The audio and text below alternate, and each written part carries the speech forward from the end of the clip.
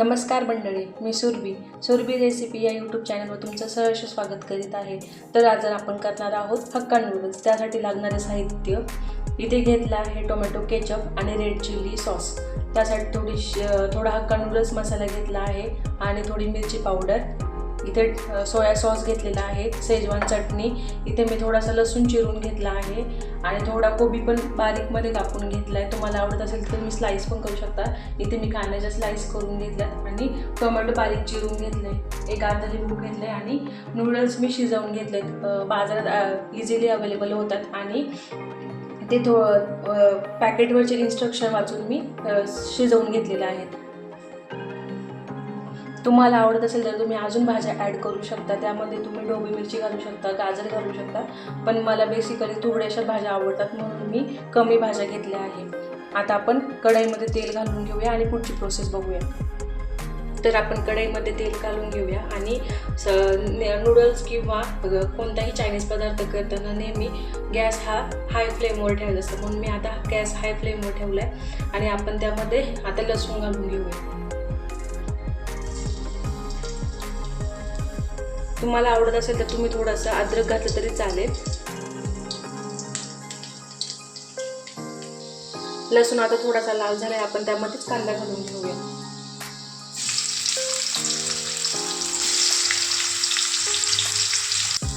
कांदा आपण 2च मिनिटं परतून घेऊया, भाज्या काही जास्त शिजवून घ्यायच्या नाही।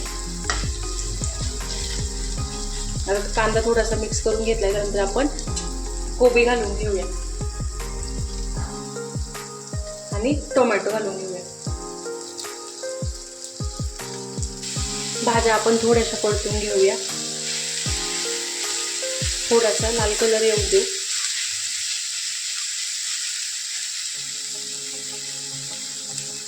भाज्या आपल्या आता चांगल्या परतून झाल्या, आपण त्याच्यामध्ये सॉस ते घालून घेऊया। इथे आपण सोया सॉस घालून घेऊया पहिला, त्यानंतर मी हक्का नूडल्स मसाला घालते। इथे केचप आणि रेड चिली पावडर मिक्स घेतली आहे, ते घालून घेते आणि थोडीशी नॉर्मल घरातली मिरची पावडर घालून घेते।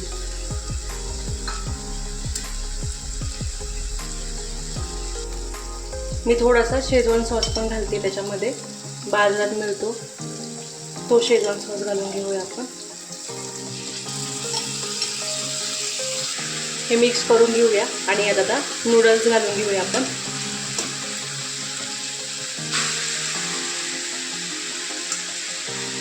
थोडंसं लिंबू टाकूया, पिळूया, किंवा मग तुम्ही विनेगर घातलं तरी चालेल।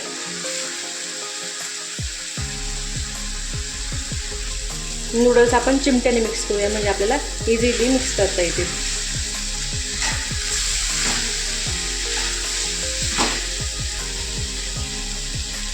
अशा प्रकारे करून घेऊया मिक्स।